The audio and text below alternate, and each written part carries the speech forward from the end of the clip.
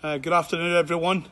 It's the Gaffer here. I'm obviously, like everyone should be, apart from our NHS staff and emergency staff who are doing us all proud. And I'm at home with my family isolating. But what goes on behind the scenes to prepare for when we go back in behalf of our chairman. He's been working daily. I've had calls with him 3-4 times every day.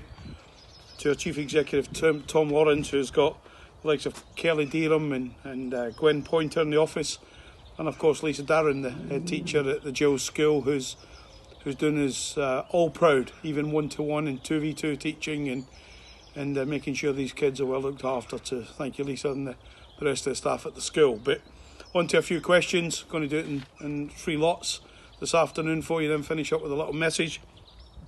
So the first question from Dawn, half expected when I put these type of sessions on: what would my last meal be, Dom? The answer to that is a very big one, as I normally have, but it would be either steak for me or Chinese, but probably a steak, nice big potato, and you never thought you'd hear these words, in a nice mixed salad. So that was what the meal would be. Glenn Staples is asking if I've got a spare toilet roll. Believe me, we've got 6 bedrooms here and there's 4 of them full of toilet rolls, and that's just for me. In all seriousness, it's essential, but the shops are back to normal now, and it's great to see. Reese is asking another family sort of a question, but who does the washing up here? There's only one answer to that: me. Sarah's thinks washing up makes her hands a little bit dry at times, so it's something I've done over the years and will continue to do. Moving on to 1 or 2 football questions in this first little part of a 3-part video. James Barnes is asking, who's my best signing as a player ever been? And there's a host of signings at every club that I could name. You know, if I started it, just saying it, way back at Boston times, it would be Paul Islander, who was my captain, my skipper. He was inspirational, he's a leader.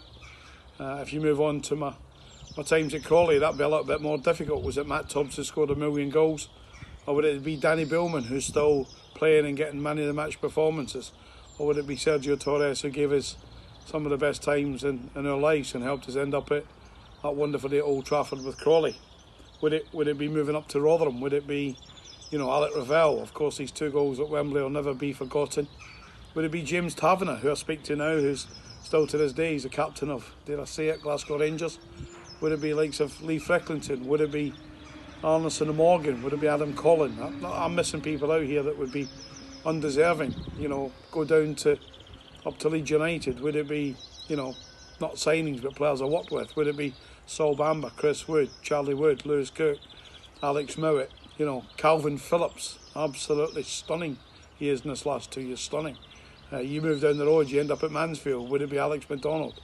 Would it be Christian Pearce? Would it be Danny Rose? Again, a host of players. Fortunately, I was able to manage 5 minutes down the road from here to the training ground at Posh. Ivan Toney sticks out to everyone, doesn't he? Ivan and Toney, Jack Marriott.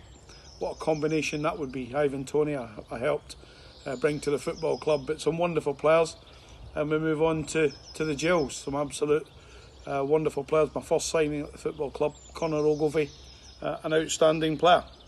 So if you said if I had to pick one, who was the best player that I've helped put pen to paper and come and say, I would say at this minute in time for potential as well, it would be Ivan Toney, who's on his way to the Championship or the Premier League. And then final little question: how does managing the Gills compared to my previous clubs?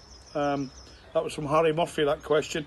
Harry, it's a very difficult one because there cannot be many bigger clubs, probably 5 or 6, 7, 8 in the world, that's bigger than Leeds United. They're certainly in the top 4 or 5 here in English football. On the day I was appointed, I had calls from Alex Ferguson, or Sir Alex as he's known to me, calls from Sir Alex, calls from Mr Wenger, Mr Mourinho, a who's who of football, particularly in Scotland, my birth country and where I'm very proud to be from. So how does managing the Gills compare to them all? Well, it's my current club, so it's the most important club.